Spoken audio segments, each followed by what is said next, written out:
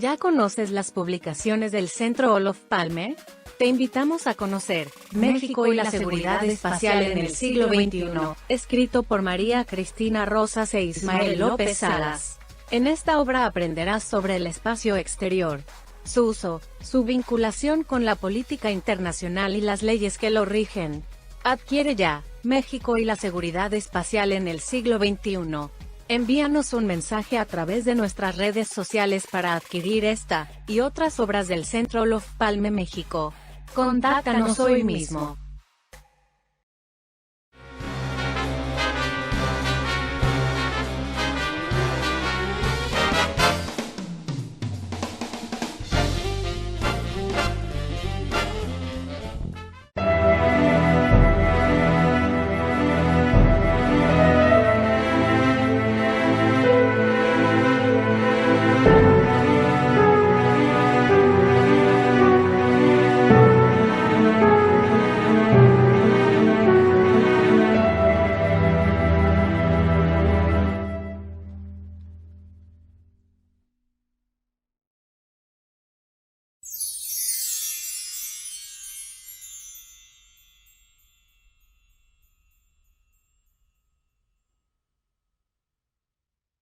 Muy buenas tardes, sean todas, todos bienvenidos, bienvenidas a una emisión más, nuestra emisión número 52 de Una Tarde con, esta iniciativa del Centro Olof Palme México, que les trae a ustedes entrevistas con las personas más especializadas en los temas más variados. En esta ocasión tenemos el privilegio, el gusto de contar con el doctor Porfirio Álvarez Torres, quien es doctor en Ciencias Marinas y Pesquerías, y que muy amablemente ha accedido a conversar con nosotros esta tarde sobre la política marítima de México y la problemática marítima a nivel global. Le doy la más cordial bienvenida, Porfirio. Muchísimas gracias, doctora María Cristina Rosas, muy amable. Muchas gracias por su invitación.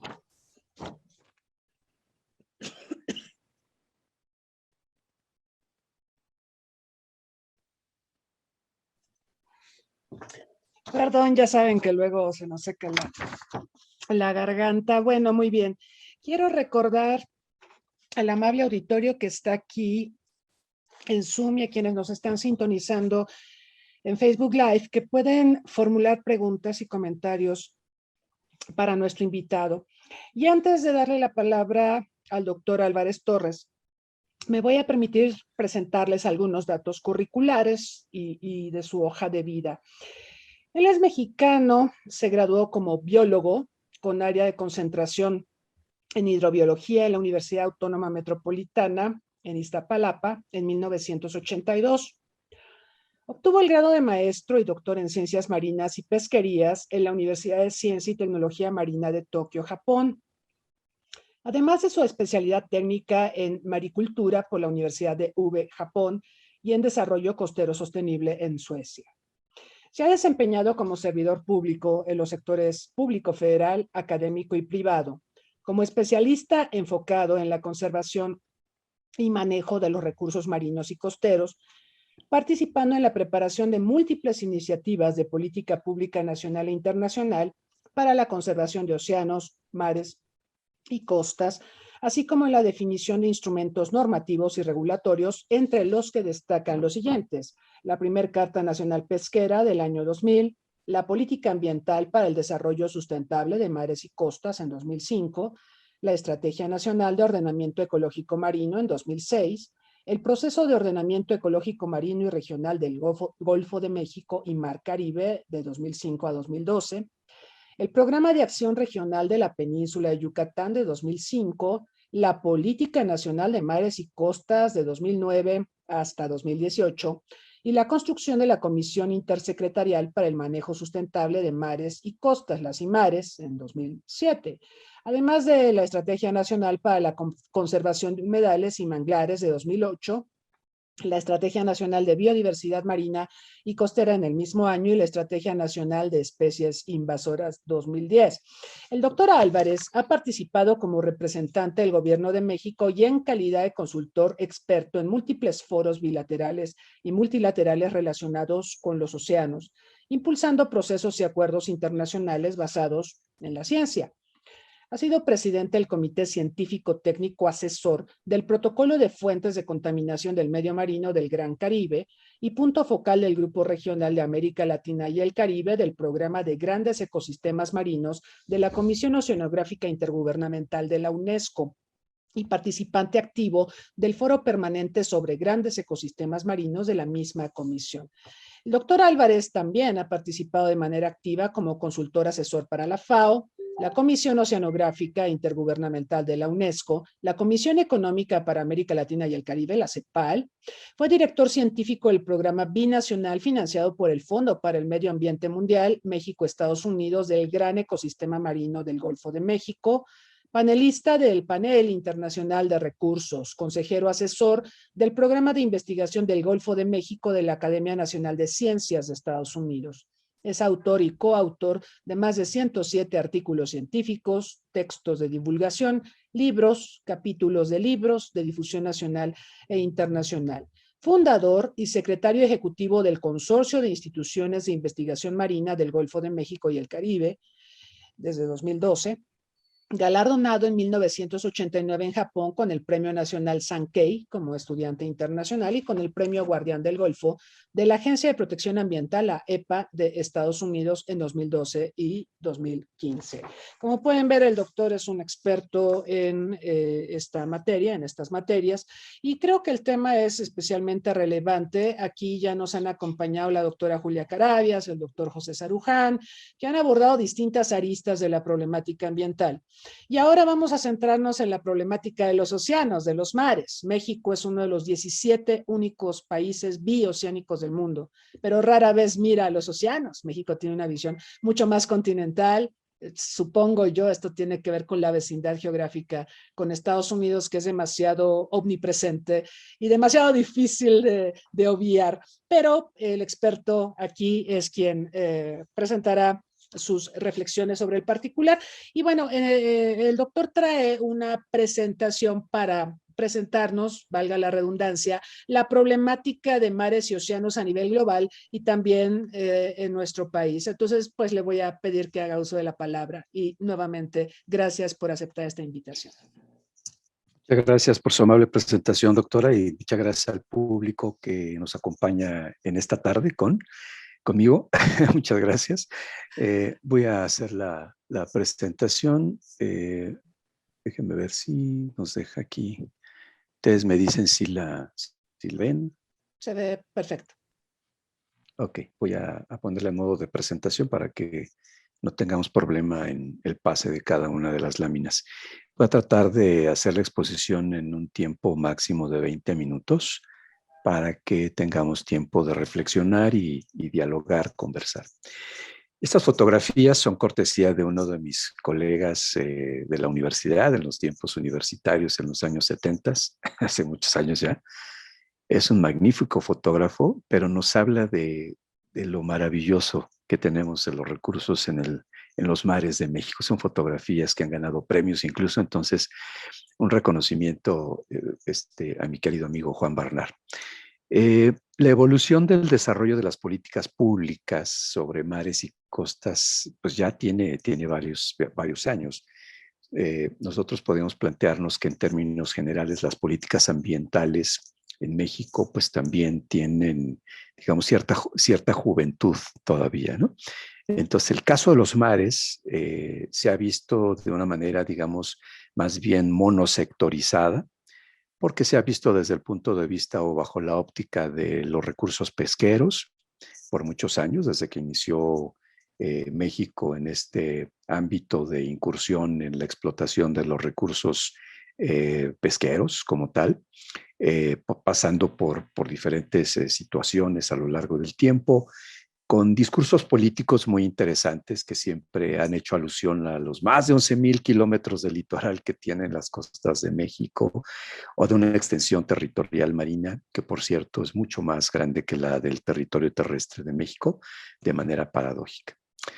Bien, pues en el año, desde luego, en las cumbres de desarrollo sostenible, desde la Agenda 21 se empieza a dar a acuñar algunos términos que hablan del manejo integrado de la zona costera, cómo podríamos invitar a los diferentes sectores a que se hablen entre ellos, a que no vayan con políticas, digamos, separadas, que se vean de manera integral.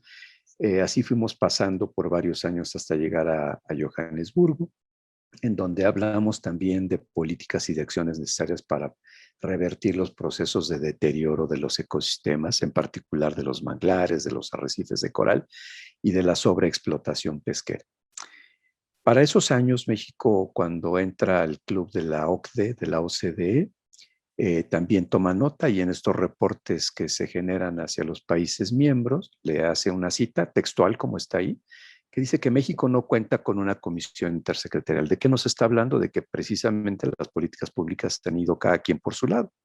Y aunque tenemos un plan nacional de desarrollo que en teoría debería de ser la línea conductora de las políticas públicas del Estado mexicano, pues tiene la tendencia a que cada sector pues va protegiendo su territorio. Es decir, el turismo habla del turismo, comunicaciones y transportes quiere carreteras en las costas y no le importa si hay manglares o no le importaba, etcétera. Podemos hablar de muchos ejemplos. El Consejo Consultivo Nacional para el Desarrollo Sustentable, una gran aportación de estas herramientas de participación pública que se tuvieron en el sexenio del presidente Zedillo con la constitución y conformación de la Semarnap, que tenía todavía incluida al sector pesquero, habla de construir un marco de política para el desarrollo sostenible de las zonas costeras y marinas, y a su vez la Auditoría Superior de la Federación en el 2005 invita al gobierno federal a que se ponga a trabajar en esa dirección, ¿no? Entonces, que tengamos una, digamos, una serie de acciones coordinadas para que México pueda tener una política pública para el Estado mexicano en ese contexto. Cuando articulamos estos documentos, invitamos a una buena base de la Academia Nacional, invitamos a muchos destacados científicos dedicados a las ciencias marinas en México y logramos constituir una política que tiene el sello de ambiental, así se llama, ambiental nacional, que es como para poner las bases de cuál es la política pública que México debería de orientar en sus océanos y en sus costas o en sus mares. Esto llevó a hacer una revisión exhaustiva del marco jurídico de qué son las costas, porque no había una definición en la ley de qué es la costa y solamente tenemos el tema acuñado como zona federal marítimo terrestre, que además tiene un contexto fiscal y que sirve para mantener un vínculo entre el Estado, el municipio y la federación. Y todos nos preguntamos, bueno, pero los 20 metros que representa la zona federal son suficientes para hablar de un manejo integrado, pues claro que no, ¿verdad? Entonces, este documento sienta las bases de cuál es el territorio, cuál es la influencia que tiene el medio terrestre sobre el medio marino. Y un reconocimiento a que si bien la ley, digamos, es de carácter federal, es decir, la jurisdicción de los mares y las costas de México está en manos de la federación, la realidad es que quienes viven enfrente del mar son los estados y los municipios. Entonces tenemos que tener un discurso y no solamente el discurso, poner en papel la planeación necesaria para poder coordinarse en esa materia. Y no solamente a través del instrumento de la SOFEMAR, en donde, como ya dije, son 20 metros. Si revisamos nosotros los documentos del 2003 o de los años alrededor de la fecha en la que publicamos esta política ambiental nacional en el sexenio ya del presidente Vicente Fox, y si se meten digamos, a las tripas de estos documentos, van a ver que es muy similar, digamos, el contexto, las directrices, los lineamientos. No les copiamos, hablo en serio, es decir, hay una coincidencia importante, desde luego, porque también estamos asistiendo a los diversos foros internacionales de manera permanente. Esa es parte de la coincidencia. Estar informado debidamente y todos esos documentos tienen una base científica, desde luego, muy importante. La toman muy en serio y la participación pública también. El marco general de las leyes ambientales en México y sus instrumentos de política ambiental, quiero decir que siempre los hemos tenido, digamos, bueno, no siempre, pero ahí están. El tema creo que en México, para empezar a entrar en la materia de entonces el por qué algunas cosas no caminan, es precisamente la falta de atención de estas herramientas, la falta de aplicación de la ley o de las exigencias que se derivan de este marco, digamos, de instrumentos de política ambiental. Ahí vemos precisamente todas las normas oficiales mexicanas, pasando también por el tema de los instrumentos económicos, la planificación ambiental, las famosas ANPs, la evaluación de impacto ambiental y el ordenamiento ecológico, que sería como la piedra angular si fuéramos realmente muy meticulosos en ver las vocaciones de los territorios, quién lo habita, cómo se usan, tomar en cuenta los temas de uso tradicional, desde luego, pero poner en perspectiva el desarrollo de un sitio, una región de manera adecuada, de manera coordinada, incluso entre los tres niveles de gobierno. Los ordenamientos ecológicos son una herramienta importantísima, desafortunadamente también muy manoseados a escala también local o estatal, con cambios en lo oscurito, también hay que decirlo, y eso pues no nos ha ayudado mucho en el caso de los temas costeros. Este es un resumen de la parte crítica del deterioro que ocurre a escala global, pero en particular en México no somos la excepción. Tenemos una gran degradación y fragmentación de ecosistemas, pues por múltiples causas, desde luego, en el desarrollo que vamos teniendo a lo largo del tiempo. Yo recuerdo en mis años en la infancia, cuando cruzaba en las Pangas, en Ciudad del Carmen, pues no había puentes, no había carreteras, lo mismo en Tampico. Hoy tenemos carreteras, ¿verdad? Y me pregunto si esas carreteras se hicieron bajo un, digamos, contexto de evaluación de impacto ambiental. Pues yo entiendo que en esos años seguramente no fue el caso. Y así podríamos citar infinidad de temas, ¿no? Hay una gran pérdida de hábitat y la pérdida de hábitat también tiene pues múltiples factores, pero está asociado definitivamente a la biodiversidad marina y costera. Lo más nuevo es que en los últimos 20 años tenemos el tema de las especies invasoras que pues han venido de manera sigilosa y silenciosa apropiándose del territorio y desplazando a muchas especies tanto en el medio dulce acuícola en el territorio como en la parte marina. Ejemplos que el público seguramente ha escuchado, el caso del pez león que está en el Caribe y en el Golfo de México, que son escapes que ocurrieron en la parte de Estados Unidos, en la vertiente atlántica, y en 10 años pudimos observar con datos de la USGS de Estados Unidos cómo esta especie se apropió de todo el Caribe. Lo mismo con el pez del Amazonas, que todo el mundo conoce porque lo usaban en los acuarios de su casa para limpiar las peceras, el famoso plecos, que hoy está por todos los ríos de México. En temas de contaminación estuvimos siempre muy preocupados por todas las descargas crudas de aguas residuales sin tratar y la falta de infraestructura a nivel nacional. Hoy hablamos de que ya nos estamos prácticamente comiendo el plástico que se comen a través de las cadenas tróficas los pequeños organismos vivos en el medio marino, que seguramente están llegando a nuestro plato. La acidificación del océano, el cambio del pH, el cambio global, desde luego el cambio climático, pues ha hecho también mella, el aumento de la temperatura de los océanos y tenemos un océano cada vez más ácido. Y desde luego los impactos sociales y económicos que se derivan de todos estos asuntos, ¿no? El caso del sargazo en el Caribe es un tema social y económico importantísimo que está generando una gran degradación social y económica a causa de un impacto pues no natural, porque finalmente tiene una connotación antropogénica. Este mapa nos habla de que las políticas públicas, entonces, cuánto tiempo tardamos en desarrollar la política ambiental nacional de mares y costas entre el 2003 y el 2005, que fue publicada, un programa específico para la península de Yucatán, demostrando que efectivamente en un sitio kárstico como es la península no se tenía la tecnología para tener sistemas o infraestructura para la conducción de aguas negras y demás. Entonces, pues lo que ocurre es que todo se va al acuífero y nosotros tomamos agua del acuífero. Entonces, ¿quién va a limpiar este desastre, no? Entonces, este programa nos habla de cuáles son los pasos a seguir para poder tener un medio sano, digamos, en ese sentido. Cuando pasamos a otro sexenio, el del licenciado Felipe Calderón, pues se logró dar un brinco, digamos, en esta misma dirección y empezamos a trazar la ruta del ordenamiento ecológico marino y costero a nivel nacional, porque teníamos mucho sobre la parte terrestre, pero en la parte marina no estaba muy desarrollado. Entonces ya había un avance importantísimo en el Golfo de California, que en esos años fue el primer, digamos, ejercicio, y de ahí dimos un brinco rápidamente en el 2005 en el Golfo de México y en el Mar Caribe como un primer ejercicio tripartita, Federación, Estado, Municipio, academia, sectores productivos. Es un proceso muy importante de gran participación y de conjunción de datos relevantes basados en ciencia y toda la información disponible con mucha transparencia porque están las bitácoras.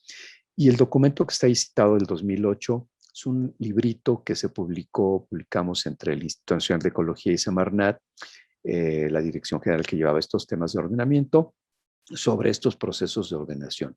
Empezar a poner en blanco y negro para que no se pierda este hilo conductor de lo que hemos aprendido, en dónde hemos fallado. O sea, hay un ejercicio no, digamos, de arriba hacia abajo, de así es, hay que hacer las cosas, sino siempre tomando en cuenta la voz de los expertos y de los mexicanos. Y entre el 2009 empezamos la política nacional, es decir, una política para el Estado mexicano, con todo este bagaje que ya veíamos de los años anteriores, finalmente la política nacional de mares y costas. Pero pues algo pasó que hasta el día último del mes de noviembre del 2018 fue cuando se publicó en el Diario Oficial de la Federación.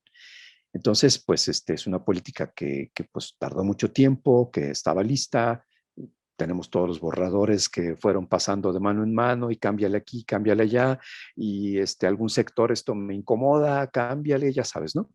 Pero pasaron 9 años, es decir, es un tiempo interesante.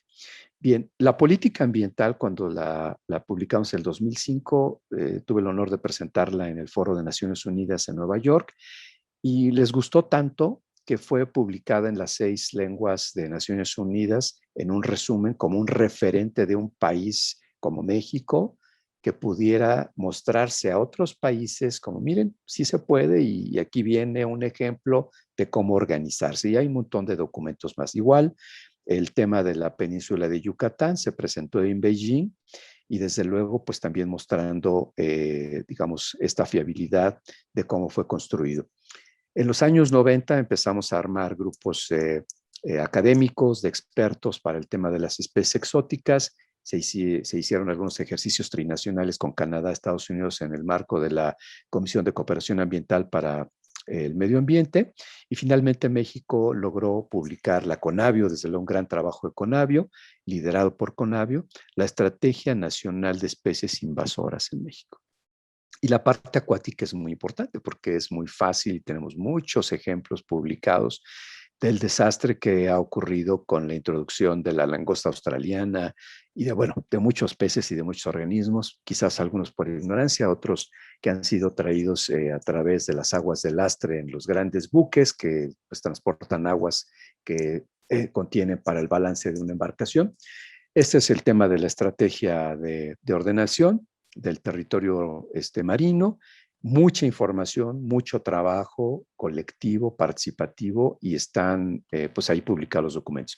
La Comisión de Mares y Costas fue otro elemento importante, así como en Europa se tiene una comisión para los océanos, o en Estados Unidos o en muchos países desarrollados y avanzados, pues la CIMARES actualmente la preside la Secretaría de Marina, que además tiene la Comisión Nacional de Investigación Oceanográfica, y me parece que ha sido muy acertado que Marina pues haya ido congregando, digamos, todos estos aspectos en donde ya hay un referente, ya hay una mesa permanente con varios grupos de trabajo, y ahí es donde entonces el gobierno federal está lavando la ropa sucia en casa, por así decirlo, pues ya dijimos que es de jurisdicción federal. Entonces el gobierno federal tiene esta oportunidad de decir, bueno, ¿qué estamos haciendo con los mares? ¿Cómo vas con esta política de transportación marítima? ¿Cómo vas con la reducción de la descarbonización de los buques que llegan a las costas? ¿Cómo vas con el desarrollo portuario? ¿Cómo vas con el turismo en zonas costeras? Etcétera, etcétera, etcétera. ¿Cómo vamos con la restauración del hábitat para recuperar la pesca? Porque la pesca no se recupera con instrumentos en papel, se recupera con hechos, restaurando el hábitat crítico en donde se desarrollan los peces, donde crecen, donde nacen. De esa forma, hace varios años se tiene una conferencia de Naciones Unidas sobre los océanos. Ha ido, digamos, evolucionando también.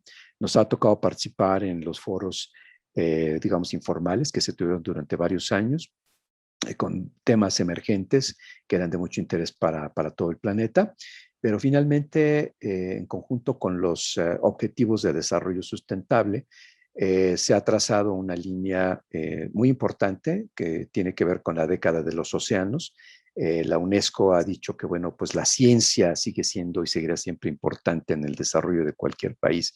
Y si no tenemos ciencia detrás de la información, pues serán simplemente datos y hasta chismes, ¿no? Necesitamos la ciencia dura detrás de todo esto y necesitamos, por lo tanto, invertirle a la investigación científica y al desarrollo tecnológico, sobre todo en un país como México, que es mega diverso, con estas grandes extensiones de mares. Hace 5 años, en la reunión de Nueva York, en esta lámina les presento lo que fue el resumen de esta agenda de océanos en Nueva York, y nos habla de los temas de gobernanza, la invitación para que se trabaje en conjunto y de manera colaborativa con el ODS 14 que habla de los océanos, pero en conjunto, ¿no? Porque ahí está el 6 que habla del agua dulce, del agua potable, de la pobreza, el 6, el 13 de cambio climático, en fin, cada uno de los ODS tiene una gran relevancia y están entrelazados. La conservación y el uso sostenible de los océanos, es decir, este discurso lo vemos cada 5 años, cada 10 años, y pareciera que no logramos avanzar. Se habla del incremento en la cobertura de las áreas marinas protegidas, que también en Aichi, en Japón, también hubo una declaratoria donde los países se comprometieron en el tema también en la misma dirección de las áreas marinas protegidas.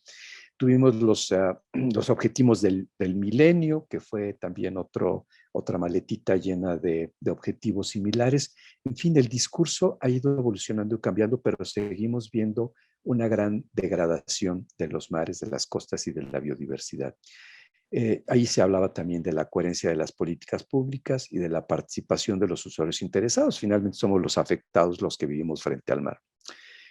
Y esta lámina nos habla del resumen de la declaratoria de Lisboa, Portugal, de hace una semana.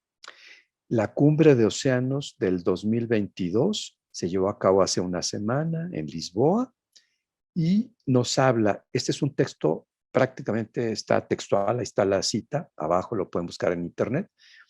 Dice, nos sentimos profundamente alarmados por la situación de emergencia mundial que afecta a los océanos. Y habla de la elevación del nivel del mar.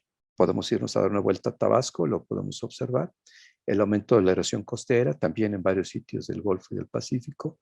El aumento de la temperatura y la acidez de los océanos. Todos los días monitoreamos con Conavio esto en el radar que tiene Conavio sobre los océanos.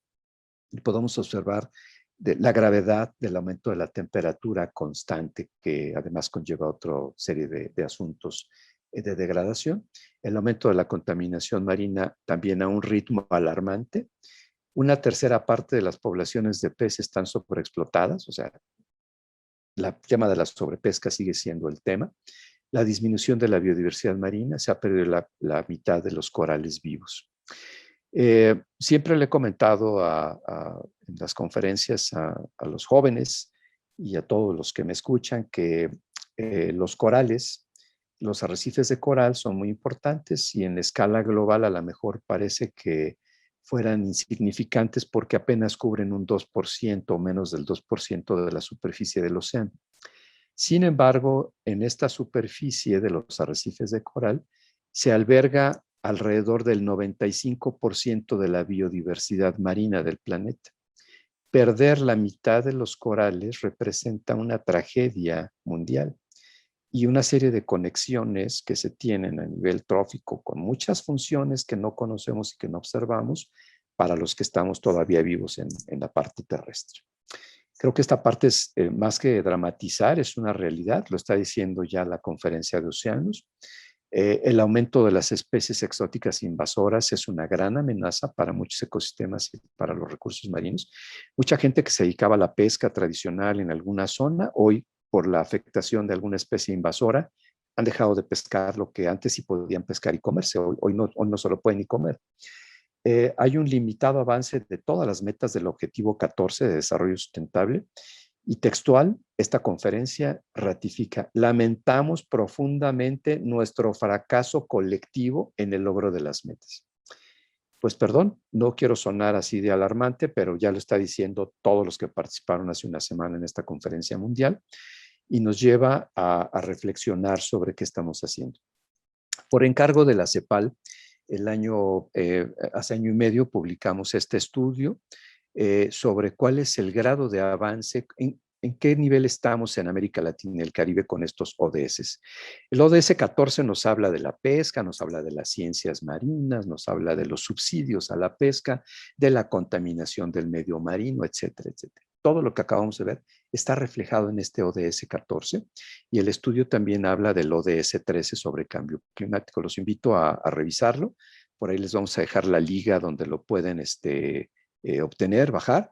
Y hay un montón de indicadores, ¿no? Usamos desde luego la parte geográfica de los grandes ecosistemas marinos, las grandes regiones pesqueras de la FAO, las zonas de hipoxia van en aumento, es decir, esto está vinculado totalmente a la terrestre del medio terrestre, los ríos que acarrean grandes cantidades de contaminantes, nitrógeno, fósforo a las zonas costeras.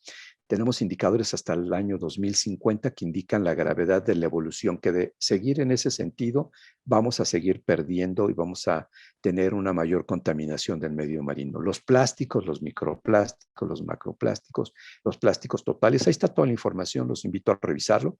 Lo paso muy rápidamente. El tema de la acidificación. Tenemos evidencias de la pérdida de la aragonita, que este indicador químico nos habla que al no tener este formador de corales, pues los corales están sufriendo, se están debilitando y tenemos una situación de urgencia, digamos, ¿no? El tema de los subsidios pesqueros ya se está haciendo algunos arreglos a escala global. La pesca sustentable, bueno, hay ejemplos también que hay que mostrarlos y hay que mostrarlos con placer, porque hay quien sí hace bien las cosas, pero son unos cuantos puntitos en toda la región y en todo el planeta. Las áreas naturales protegidas, bueno, pues no tienen presupuesto, entonces tenemos nuevos decretos de grandes extensiones marinas, año con año van surgiendo nuevos procedimientos al respecto. El problema es que no tenemos los recursos para realmente hacer las acciones en campo, ¿no? Muy limitado. Entonces, al final hay algunas reflexiones, una disculpa, ya no lo pusimos en español, pero algunos ofrecimientos voluntarios de parte de los participantes de algunos países. Esta gran organización que se llama Protegiendo Nuestro Planeta invita también a todo el mundo pues, para poder avanzar en estas políticas públicas. Grecia está inaugurando un centro europeo de investigación para temas marítimos. Mónaco lanza una iniciativa nueva y así nos podemos ir con varios países, Pakistán, Italia, Panamá, Australia, Chile, todos dicen, bueno, yo me comprometo a hacer esto. Vamos a restaurar la barrera de arrecifes de Australia, vamos a tener centros especializados para ver los temas de corredores verdes, como el caso de Chile.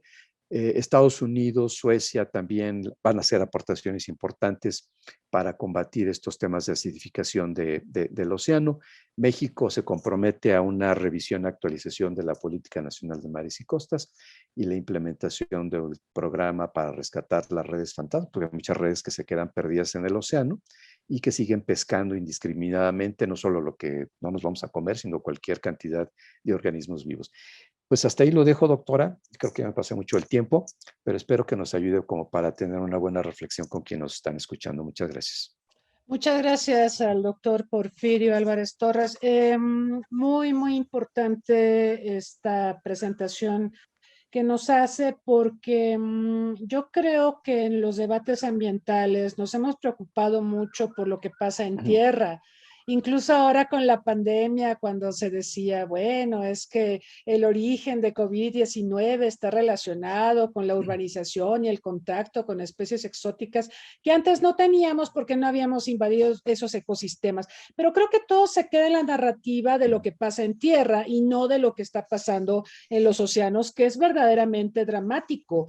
Este pronunciamiento de hace una semana donde se habla ya de lamentos, ¿no? Es muy triste, es muy triste. Pareciera que aparte de hacer las reuniones y de generar muchos documentos donde se establecen objetivos, pues no hay más, no hay voluntad política. Yo me quedaría con eso después de escuchar esta presentación del doctor Álvarez Torres. Y bueno, creo que hay otros temas también, ojalá haya oportunidad de abordarlos, hay ya algunas preguntas que nos están llegando, pero creo que es importante reflexionar sobre el comercio marítimo. Gran parte del comercio internacional se hace por vía marítima y por supuesto es contaminante y afecta ciertamente el equilibrio ecológico en los océanos. Y también está el tema de la delincuencia organizada, el tráfico de especies, o también el tráfico de personas o el tráfico de armas, que todo esto se hace por vía marítima, ¿no? O mayormente por vía marítima. Entonces creo que esos son aspectos que también habría que mirar. Bueno, yo le quiero preguntar, doctor, sobre este consorcio de instituciones que usted, del que usted es el secretario general, que nos cuente un poco qué trabajo realiza en estas materias.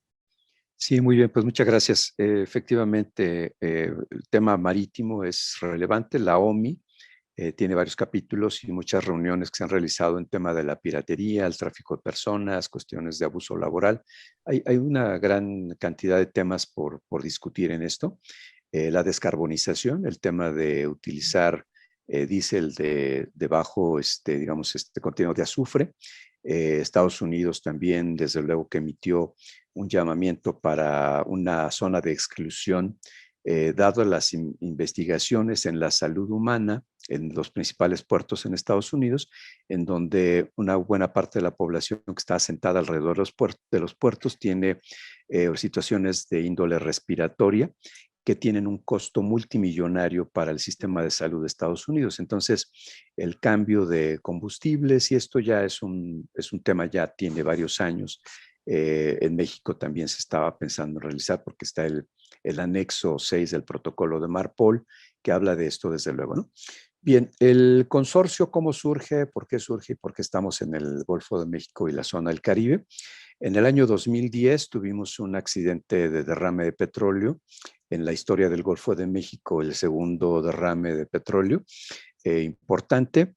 El primero fue en el año 79 en el pozo Ixtoc 2 en la sonda de Campeche. Y bueno, pues en el año 2010 la plataforma Deepwater Horizon de una empresa BP y varias otras empresas asociadas como Transoceans y otras que estaban implicadas, digamos, con subcontratos y en el manejo de esta plataforma, pues tuvo el mayor derrame de petróleo, que por cierto, pues finalmente sí fue contenido rápidamente a pesar de las dimensiones y generó una gran movilización de recursos para dedicarlos a la ciencia, para poder investigar qué iba a pasar en los años futuros. Un programa que ha dejado cantidades multimillonarias que se han repartido a los estados costeros del Golfo de México en Estados Unidos, desde luego. Y en esa ocasión nosotros pues nos dimos cuenta que la información que México tiene sobre océanos, y particularmente la parte de investigación, pues estaba dispersa o sigue dispersa de alguna manera, ¿no? Siempre hemos invitado al gobierno para desarrollar un sistema integrado de la observación del océano, que es algo que ya en la CIMARE se está impulsando cada vez más, porque pues la única forma que podíamos nosotros referirnos en ese momento al derrame era demostrando los posibles impactos que se tenían a la economía y a la biodiversidad marina de México, porque compartimos un vecindario, en el caso del Golfo de México, con Cuba y con Estados Unidos, que tiene dos áreas internacionales, el hoyo de Dona que está en la parte occidental y oriental, con las limitaciones, digamos, geográficas, espaciales entre los tres países. Entonces, si las corrientes marinas que conocemos a lo largo de los estudios de los oceanógrafos que nos indican que hay corrientes y giros ciclónicos y anticiclónicos en las corrientes marinas, pues todos nos podíamos esperar que ese petróleo, una parte se estaba emanando a la atmósfera, otro se estaba emulsificando, se estaba yendo a la parte del fondo del océano, pero eran cantidades pues tremendas, ¿no?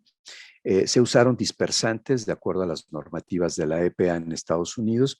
Y bueno, pues realmente una tragedia en todos sentidos, tanto de pérdida de vidas humanas en su momento, de los que murieron en la propia plataforma, pero también quienes han sufrido en el medio marino, delfines, aves, tortugas, toda clase de organismos que al paso de los años estos grupos de investigación lograron y han logrado muchísimo, hay que decirlo, muy bien organizados. Anteriormente Estados Unidos tenía varias plataformas de usuarios interesados con la Alianza del Golfo de México, cada estado con las universidades, etcétera. Pero bueno, finalmente nosotros nos dimos a la tarea de invitar a los rectores de las universidades de las costas del Golfo de México, las autoridades estatales y los centros de investigación que tiene México, para empezar a documentar y a tener programas basados en un enfoque, digamos, de objetivos particulares de la región. No los objetivos que un investigador puede tener con muchas preguntas, desde luego, pues muy bien, qué bueno que se tenga mucha reflexión y mucha iniciativa para hacer investigación de frontera, pero ¿qué es lo que necesita México? ¿Qué es lo que necesitamos en la región? ¿Qué necesitamos de información para el manejo adecuado de los recursos marinos o de la pesca o de los ecosistemas o para llevar a cabo la restauración? Entonces, este programa, este consorcio, pues lo que fue crecer, porque empezamos con 9 instituciones, a tener una serie de diálogos de reflexión 3 veces al año, pasando el micrófono, vámonos a la Universidad de Veracruz, vamos a Tabasco, vamos a Yucatán, etcétera. Conocernos entre nosotros, porque hay un gran desconocimiento de quiénes son los colegas con los que deberíamos estar colaborando. Sí. En una situación de recursos limitados, en donde no todos podemos tener el mejor de los equipos de microscopía, o podemos tener el mejor cromatógrafo, o no tenemos todos para todos, ¿no? Esa es una de las realidades que hemos venido afrontando en el paso de los años y viene en disminución, por cierto. O sea, hoy no tenemos mayores recursos para la investigación científica, ¿no? Entonces, pues todo el mundo está esperando a ver dónde están los recursos internacionales, de dónde nos agarramos para hacer algo. Y el consorcio lo que ha logrado también en ese momento de su nacimiento, en las políticas públicas binacionales de México, Estados Unidos, estaba la iniciativa 100,000 mexicanos en Estados Unidos para hacer estudios de maestría, doctorado, cursos, diplomados, etcétera. Entonces fuimos un papel importante porque estamos conectados entre universidades, intercambio constante de profesores, investigadores, información que empezamos a documentar. Entonces, parte de este escenario, los Estados Unidos le dio un reconocimiento al consorcio en el 2015 en la, digamos, modalidad binacional por mantener este esfuerzo de colaboración, de intercambio de información y conocernos no solamente nosotros entre México, sino con las instituciones que están enfrente de nuestro país en Estados Unidos, ¿no? Claro. Y que todos estos recursos, pues los vemos, digamos, como muy importantes. La Academia de Ciencias inició su programa también para el Golfo de México con $500 millones a 30 años, y ahí estuvimos participando para el diseño de esa política de investigación a 30 años, que aquí en México quisiéramos tener algo parecido, ¿no? No solamente la política de qué vamos a hacer en 30 años, y también el dinero, desde luego, ¿no? Pero bueno, esto ha servido para darnos a conocer. Por ejemplo, voy a citar algunos ejemplos concretos. Otro programa regional, el Consorcio de Investigación del Golfo, que recibió 1.500 millones de pesos de parte de CENER CONACYT a través del CICESE, gestó una gran cantidad de proyectos que hoy se han ya manifestado a través de Atlas de la región, un proceso muy importante, muy bien llevado de investigación. Y algunos de esos, este consorcio lo que logró también fue ayudar a hacer la conectividad local con las instancias locales. Por ejemplo, para la instalación de los radares de alta frecuencia, para los intercambios en la parte de educación ambiental, la educación no solamente, sino también la restauración de ecosistemas críticos como los manglares. En fin, algunos de estos grupos han recibido reconocimientos también a nivel nacional, el Premio al Mérito Ecológico para los restauradores de manglares en la isla del Carmen, en Campeche. Y bueno, pues nos ha ayudado a irnos posicionando. En Estados Unidos no sabían de que teníamos tantas instituciones y tanta gente dedicada a esto.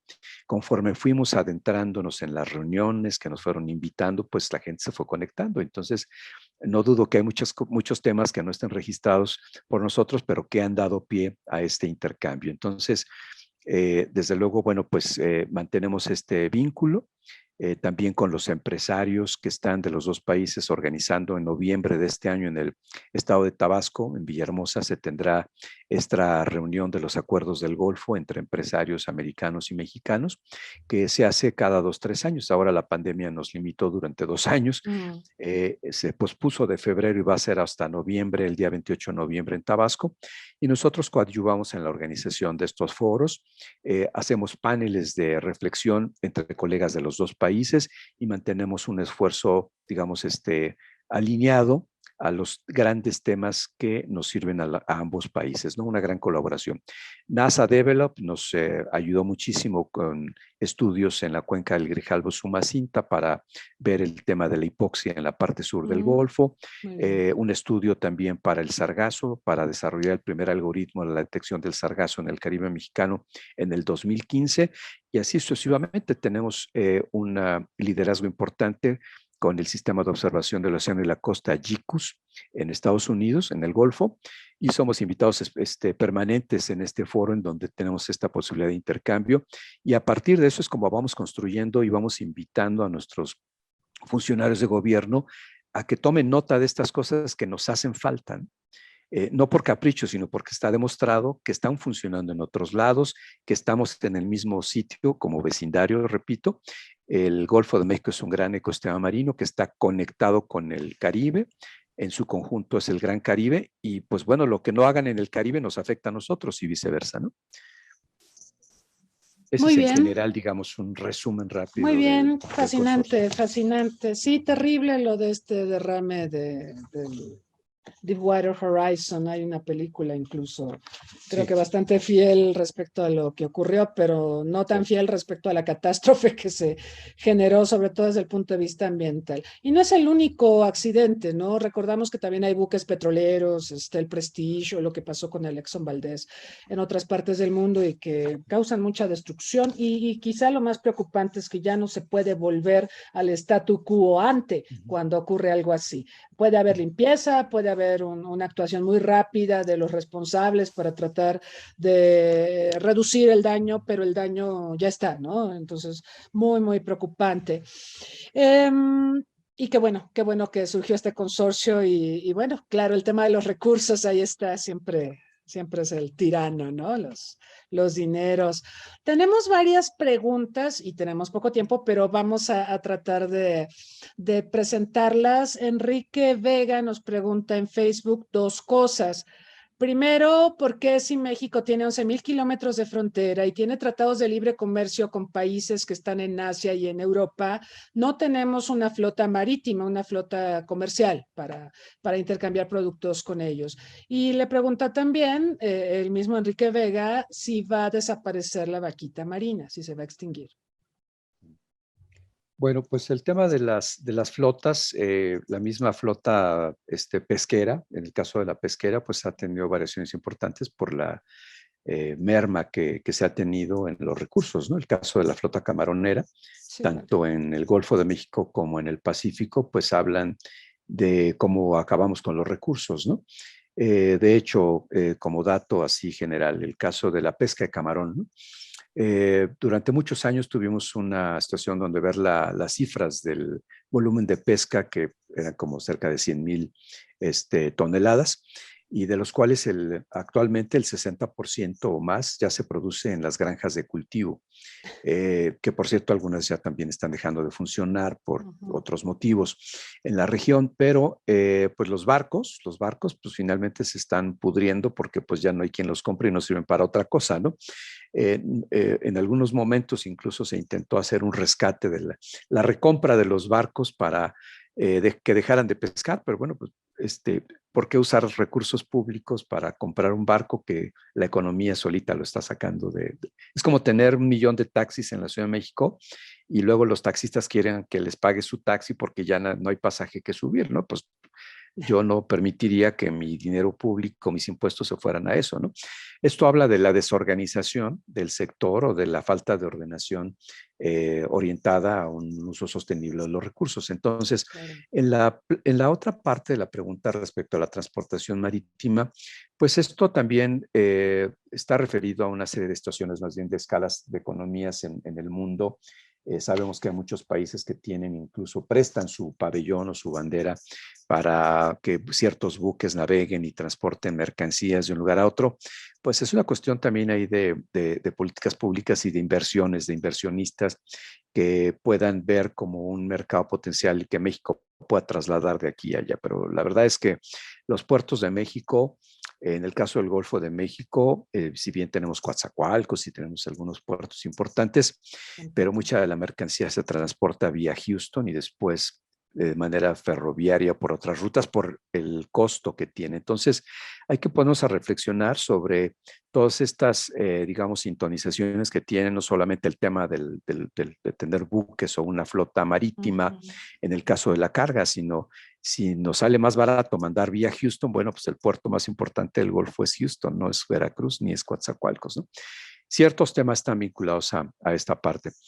Y el tema de la vaquita, bueno, pues desde los años 90 se hicieron los estudios donde están las publicaciones de Lorenzo Rojas y otros colegas, estudios binacionales, donde había cerca de 473 organismos y a partir de eso pues ha venido en una reducción importante con diferentes mecanismos de protección, el polígono para evitar la pesca, pero la pesca furtiva sigue, pero la totoaba se recuperó y se vende como pepitas de oro, entonces el buche de la totoaba es importante y es muy caro, entonces pues yo creo que la lucha contra los malos en esa región, pues está un poco difícil de llevar.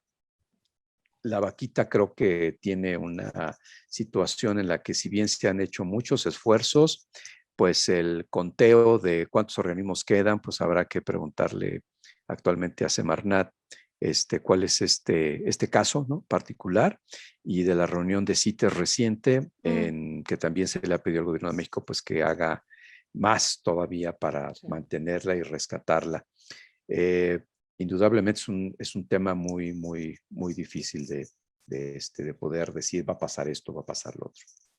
Claro, ahora que comentaba lo del camarón, nos pasó lo mismo con el atún, con el embargo atunero, porque quedó desmovilizada gran parte de la flotilla y pues empezó a dañar. Los barcos tienen que estar en movimiento, ¿no? Entonces fue muy, muy complicado el embargo atunero y bueno, solamente para reflexionar que no es lo del camarón lo primero que nos pasa, la primera ocasión en que enfrentamos problemas con nuestras capacidades pesqueras. Le preguntan sobre el sargazo. ¿Qué se requeriría para dar una solución real a esta problemática tan compleja y que tantos daños causa al país?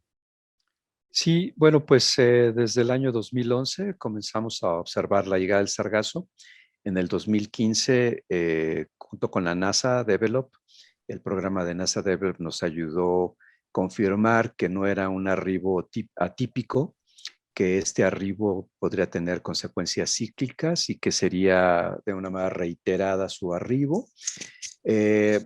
Pues creo que no tomamos las medidas adecuadas desde entonces, ¿no? Sobre todo invertir nuevamente, insisto, en desarrollo tecnológico y en ciencia. Los instrumentos requeridos para tan solo observarlo, yo lo he planteado en varios, digamos, bloques, ¿no? Primero, el conocer perfectamente por dónde viene, cuáles son las rutas de dispersión, cuáles son las temporalidades, que hoy, pues hoy tenemos ya mucha más información. Tengo una presentación aquí que si quiere la pongo, pero habla de esto precisamente, con datos así puntuales, con la parte de la tecnología geoespacial que nos ha permitido hacer estos desarrollos. La parte de ubicación, entonces, ¿no? ¿Dónde está? ¿Cuánto viene? ¿En qué dirección? Luego, esta parte de contención, pero para eso se requiere de dinero, se requiere de tener también una flota para que esté conteniendo en la parte de alta mar, en ciertos sitios, una vez que sabemos la direccionalidad de las corrientes en donde viaja el sargazo, ¿no? Hemos visto que a lo largo de estos ya muchos años, el año, por ejemplo, 2018, el 2021 y 2022 son muy parecidos en volumen, ¿no? Estamos hablando de miles de toneladas de sargazo, pero que ya tienen un comportamiento por la dirección de las corrientes que recalan en Tulum, recalan en la zona de Xcalac, recalan en Playa del Carmen. Ya tenemos parámetros de intensidad, temporalidad, o sea, hemos afinado las herramientas, ¿no? Pero nos ha costado mucho trabajo conseguir el dinero para hacer esta investigación y muchas veces con dinero propio. El mes de octubre de este año, la Universidad Iberoamericana va a inaugurar una biorefinería piloto para hacer uso extractivo de elementos de gran valor que se pueden extraer del sargazo. El sargazo puede ser un recurso aprovechable muy importante, tanto para producir energía, gas y convertirla también a electricidad. Se han presentado los diseños, se han presentado proyectos en los años anteriores con compañeros y colegas que conozco para poder poner estos digestores, biodigestores, donde se puedan transformar 40, 50 toneladas de sargazo al día para producir gas y electricidad, bajar los costos de electricidad en la región, es decir, utilizarlo, ¿no? Hay otras iniciativas que se dieron a conocer de que si para hacer tenis, pues yo no sé cuántos gramos de sargazo lleve eso, ¿no? Pero, en fin, tabiques, y se han dicho muchas cosas, pero sin base científica. Creo que lo importante es, de verdad, hay muchos colegas que tienen mucha información, gente muy bien preparada que puede ayudar, pero seguimos sin recursos, ¿no? Entonces, estamos viendo una destrucción de las playas porque todos los días se tiene que pasar el rastrillo y pasan la máquina y hay un deterioro constante de las zonas costeras donde está llegando el sargazo. Se está tirando por todos lados, no en los rellenos sanitarios, sino porque no cabe, ¿no? Y entonces, mientras no tengamos esta apuesta de vamos a poner estos digestores para convertirlo en gas o en alguna otra cosa, hemos hecho manuales de composteo utilizando parte del sargazo con el composteo normal para zonas hoteleras. O sea, hay mucho trabajo hecho. Entonces, pues, ¿qué se necesita? Se necesita organizar. Ya el gobierno federal trae ahí algunas iniciativas que ha venido impulsando durante varios años, pero hace falta más inversión, ¿no? Desde luego, creo que ahí el tema es que estamos limitados de recursos. Hay muy buenas ideas, hay grupos organizados. CONACYT por ahí ha hecho una buena recopilación también de mucha información científica al respecto. Insistimos en la instalación de los radares de alta frecuencia que nos permitan ver trayectorias a 200 kilómetros de distancia, a 100, a 50, con retículas y mallas más apropiadas que nos permitan ver cómo viene la energía, el clima de oleaje, la energía del océano, hacia dónde se va a direccionar. Y muchos colegas ya tienen los mapas de cómo está afectando a los corales, cómo está afectando a los pastos marinos, cómo está afectando a la biodiversidad. Y repito, sumado a que tenemos una pésima calidad de agua en el Caribe mexicano, la llegada del sargazo la está empeorando, porque genera condiciones de falta de luminosidad que son vitales para los arrecifes coralinos, ¿no? Sí. Y entonces tenemos otra enfermedad, una enfermedad en los arrecifes del Caribe. Tenemos un experto en Puerto Morelos en la UNAM que nos ha venido mostrando la dificultad de esta situación de enfermedades.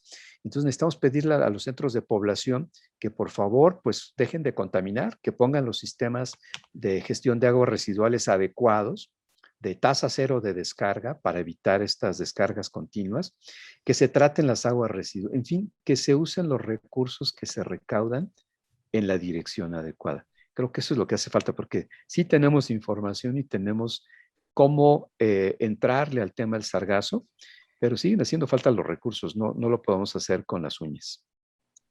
Sí, Sí, sí, sí, es complejo, pero fascinante también esto de la información geoespacial para ayudar a la detección e identificación del problema, ¿no? Y las magnitudes que tiene. Hay una pregunta de Valeria Pérez, estudiante de la UJAT, de la Universidad Juárez Autónoma de Tabasco, respecto a quién, pregunta ella, ¿quién debería coordinar la política de mares y océanos de México? ¿Le corresponde a la SCT, a la Secretaría de Marina, a Semarnat, a Conavio, a la UNAM? ¿A quién? Es la pregunta que plantea ella. Sí, muchas gracias. Pues interesante porque en realidad la política del Estado mexicano lo que busca es romper con este tema de círculo vicioso en donde era una secretaría la que quería tener Ajá. el timón, ¿no? O sea, ¿qué nos decía la OCDE en esos años? No puede ser un sector, tiene que ser alguien que sea neutro. En este caso, la Comisión de Mares y Costas juega ese papel, ¿no? Donde está la Secretaría de Marina, tiene la presidencia.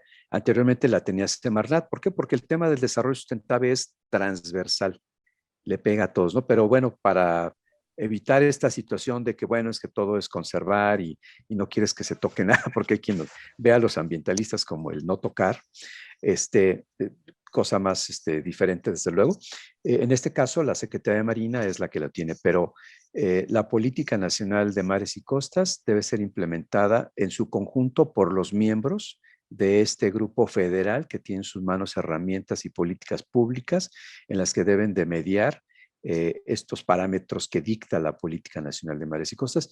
Y en el diario oficial del último día de noviembre del 2018 es la que está vigente todavía y la pueden consultar. Mientras no se actualice como están diciendo actualmente, esa es la que cuenta, ¿no? Y es la que hay que aplicar. Correcto. Una pregunta más de Mario Vélez. Pregunta sobre los proyectos acuícolas de México. Dice, en el caso del ajolote en Xochimilco, este se ha visto amenazado por la introducción de tilapia y otras especies exóticas que se comen los huevos del ajolote y lo están exterminando. ¿Cómo debería ser la política de desarrollo acuícola o la acuacultura en nuestro país? Sí, pues mira, la introducción de tilapias, carpas chinas y de Mm. otras especies que la misma FAO dictó desde los años 60, desde esa década se implementaron programas globales y en el caso de México estuvo el famoso sistema alimentario mexicano que tenía 4 especies Esa, básicas que era bagre, tilapia, carpa, ¿no?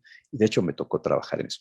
mm, Este, bueno, estas especies de alguna manera que son exóticas, como las tilapias que son de origen africano, mm. están en muchos sitios y son, digamos, no han sido tan depredadoras, con comillas, ¿no? Como otros casos de otras especies, ¿no? Que tenían esta orientación de generar alimentos para la población rural, en el caso de México y muchos países. En el caso de Xochimilco, bueno, pues actualmente las políticas públicas, tengo entendido que el INAPESCA y su Dirección General de Investigación en Acuacultura, pues sigue marcando esta ruta de qué se puede y qué no se puede. Precisamente desde el inicio de los años 2000 se combatió mucho este tema de reducir la introducción de especies exóticas, que las especies ornamentales para uso ornamental en acuarios tengan estas directrices también y de educación a la gente para que no el día que se van de vacaciones vayan y suelten los pececitos en el río más cercano a su casa. El famoso efecto Nemo, ¿no? Que de la película Nemo que todo el mundo dijo, ay, lo tengo aquí, entonces los empezaron a soltar los peces por todos lados. Pues esto ocurrió, ¿no? Entonces, en el caso del ajolote, desde luego una especie emblemática, Ambistoma mexicano, Ambistoma dumerilis, son las especies de ajolote también en la zona de Pátzcuaro. Los ajolotes de Ujú. aquella zona son importantes, tienen diferentes usos, y pues habría que consultar aquí directamente, actualmente, con las autoridades de si está ocurriendo esto en la escala local, ya sea con el gobierno de la Ciudad de México, con la delegación correspondiente para que estas introducciones pues o sean controladas o no se hagan, ¿no? Porque está mucho en riesgo y ha costado muchos años de trabajo recuperar o mantener viva una especie como es el ajolote mexicano de ahí de Xochimilco. Sí, que además Perdón. está nuestro billete de 50 pesos, a ver si Sí, eso ¿verdad? ayuda a que, y además está Uh -huh. hermoso, ya ganó varios premios. Sobre esta pregunta Luis Vega, que ¿Cómo se puede ayudar a la concientización de la población respecto a la introducción y los peligros de la introducción de especies exóticas en los ecosistemas? Y comenta, en los billetes mexicanos de nueva generación se observan diversas especies animales autóctonas de nuestro país que se busca que la población conozca. ¿Esta sería una forma de educación a la población? Pues sí, todo suma, llegarle a la gente desde lo que vemos todos los días. Tenemos en la mano, a veces nada más vemos el número, si es de 50 o de 500, pero O de 20 y de habrá 500 que se parecen. los de 20 y los de 500 o los de 100 y los de 20 hoy se parecen, ¿no? Eh, Creo que todo suma, se han sacado series de timbres postales mexicanos, hay uno muy padre que sacamos con la biodiversidad de México de especies acuáticas. Fue todavía en el sexenio del presidente Zedillo, por ahí por el año 99-2000. Se hicieron unos carteles alusivos padrísimos y yo tengo mi serie de timbres postales de completita, ¿no? De la biodiversidad. Pues todo suma. Yo creo que los programas de educación ambiental, por cierto, en el Golfo de México, los quiero invitar, si me permiten hacer un anuncio. Claro. La cumbre para los jóvenes sobre cambio climático que organiza una organización norteamericana. Les voy a pasar el vínculo a la doctora para que lo puedan compartir desde luego con todos ustedes. Claro. Entre Cuba, Estados Unidos y México. Es la cumbre de cambio climático para jóvenes. Necesitamos escucharlos a ustedes, como entiendo que es este foro en este momento. No sé quiénes han preguntado, desde luego sus edades, pero si te sientes joven, también participa. Ahí vamos a estar. Van a tener a varios expositores, digamos, va a estar Philippe Cousteau y varias otras personalidades del mundo marino que van a ayudarnos a reflexionar sobre esta reflexión colectiva que tenemos que hacer respecto al cambio climático, ¿no? Es una cumbre regional muy importante. Vamos a tener otros foros aquí en Mérida hacia el mes de octubre sobre pesca ribereña a nivel global. Es un foro global que organiza Sinvestab. Se va a tener también otro sobre acidificación del océano ahí mismo en Mérida hacia el mes de octubre-noviembre. La reunión de empresarios mexicanos y norteamericanos del Golfo de México, atendiendo también temas del Golfo de México que tiene implicación sobre contaminación, la calidad del agua, etcétera. O sea, muchos temas que estamos tratando, energía, por ejemplo, el cambio climático, son temas muy importantes. Entonces, esperemos ahí poderles pasar esta información a través de este foro para que ustedes estén por ahí. Muchas gracias. Gracias. Y bueno, pues se nos está acabando el tiempo, pero sí quisiera pedirle una última reflexión a nuestro invitado, pues a propósito de los recursos humanos. Ahora estaba tocando el tema de los jóvenes. Yo quiero preguntarle cómo andamos en recursos humanos, en especialistas sobre océanos, mares, en fin. Yo sé que pues sí tenemos la carrera de biología en varias universidades y egresamos especialistas, pero ¿cómo andamos en eso y qué tendríamos que hacer para interesar a los jóvenes en estos temas y para lograr también que sean más proactivos en lo que sería afrontar estos complejos desafíos que tiene México y que tiene el mundo? Sí, claro, pues muy importante el cambio de la cohorte poblacional. Ya algunos de nosotros vamos de salida y estamos impulsando a que precisamente los jóvenes tomen las riendas, ¿no? Hay un comité que está formado por varios especialistas que hace la revisión de las carreras que se ofrecen a nivel nacional. Hay por ahí un comparativo muy interesante. De hecho, me toca participar en este grupo colectivo para hacer la evaluación de la carrera de biología a nivel nacional. Vemos que hay universidades que tienen un exitazo, ¿no? Que tienen a lo mejor una currícula universitaria muy atractiva, muy bien llevada, que también sus egresados están encontrando buenos empleos, no sé. Que ese es uno de los temas que hay que reflexionar también, no solamente si estas currículas y estas carreras o el caso de la carrera de biología, que ya suena a veces para algunos como un tanto anacrónica y hoy se habla de ingeniería ambiental, ingeniería, o sea, hay cambios, ¿no? Importantes, ¿no? Sí. Pero bueno, hay algunas carreras que seguirán siendo base y que algunas se están especializando, ya sea en ecología. En mi caso, en los años 70, pues teníamos estas áreas de concentración. Si quería ser zoólogo o botánico o ecólogo, yo elegí el tema de la hidrobiología porque, bueno, además de la carrera de oceanología que se da en la Universidad de Baja California en Ensenada, pues hay otras universidades en Baja California Sur, en Sonora, en fin, hay grandes escuelas y hay formación de muchos jóvenes que tienen esta aspiración y buena intención de trabajar por México y por los recursos naturales. Creo que hace falta también infraestructura. No podemos enseñar, no podemos tener profesionistas sin tener las prácticas de campo que están vinculadas a la investigación científica. O sea, ir a leer el libro a un aula, pues a mí me parece terrible. Porque pues sí, o sea, puedo llegar con los alumnos y leerles el libro o mis experiencias, pero si los llevo al campo, como hemos hecho con muchos alumnos que los llevamos a los sitios de restauración de manglares, para convivir con los pobladores que hacen la restauración en Veracruz, en Campeche, en Tabasco, es diferente totalmente. O sea, la formación tiene o va implícita de una parte práctica, así como el médico va al anfiteatro o va a explorar ciertas cosas. Lo mismo pasa con el biólogo tiene que salir al campo, el biólogo marino se tiene que meter al mar. Bueno, algunos tendrán dificultad para hacerlo, pero bueno, podemos llegar al menos a la playa y hacer algunas investigaciones por ahí, ¿no? Yo creo que la parte de la formación debe seguir en marcha, sí se tiene que hacer alguna revisión. Las recomendaciones que han emitido algunas escuelas o facultades en diversas universidades a nivel nacional demuestran esta situación. Pues bueno, no tengo a la mano aquí ahorita el referente con una gráfica que indique tal o cual universidad.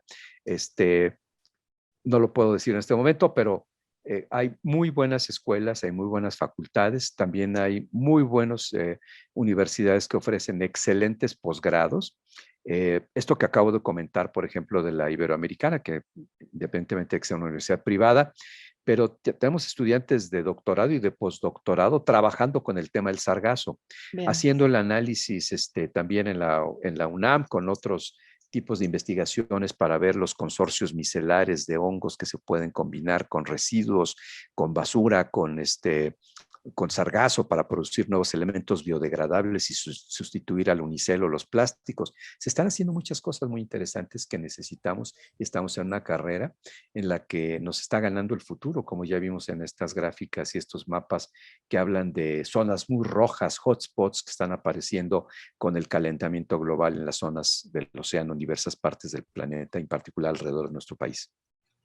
Muchas gracias, Porfirio Álvarez Torres. Ahora que hablaba del relevo generacional, no quiero dejar pasar la oportunidad de mencionar desde el ámbito de nuestra Facultad de Ciencias Políticas y Sociales y de la carrera de Relaciones Internacionales lo terrible que ha sido la pérdida del doctor Leopoldo González Aguayo, especialista en geopolítica y por supuesto uno de los impulsores de la seguridad marítima en nuestro país. Él se nos adelantó en el camino en mayo pasado y prácticamente eso nos deja un hoyo, unos zapatos que hay que tratar de llenar con las nuevas generaciones. Entonces, celebro que hayamos tenido este diálogo con don Porfirio Álvarez Torres. Le agradezco mucho su tiempo, su disposición, su didáctica también, porque presenta los temas de una manera tan didáctica que realmente es perfectamente comprensible la problemática o las problemáticas que nos ha planteado, al igual que algunas de las cosas que podríamos hacer para revertir estas terribles tendencias que estamos observando en la agenda ambiental y en la agenda oceanográfica y marítima global. Gracias a quienes nos han acompañado el día de hoy aquí en Zoom y en Facebook Live. Gracias a quienes nos enviaron sus preguntas. Aprovecho también la oportunidad para invitarlos a seguirnos en redes sociales. El próximo jueves vamos a continuar con nuestro seminario COVID-19 y la gestión de crisis en un mundo complejo y vamos a estar abordando la problemática de pandemias y epidemias y su importancia para la agenda de seguridad internacional. Y el el próximo martes, aquí en Una Tarde Con, nos va a acompañar Ana Elena González Treviño. Ella es la directora del Centro de Estudios Mexicanos de la UNAM en el Reino Unido. Entonces vamos a hablar un poco también del programa de internacionalización de la UNAM, de los estudios mexicanos en el Reino Unido, en un momento particularmente interesante en ese país, pues con la renuncia de Boris Johnson, como sabemos, y pues esperamos que nos puedan acompañar. Esta entrevista será a las 12 del día por la diferencia de horario que tenemos con Londres, son 6 horas, y pues están cordialmente invitados. De nuevo, gracias a todos, síganse cuidando y hasta la próxima.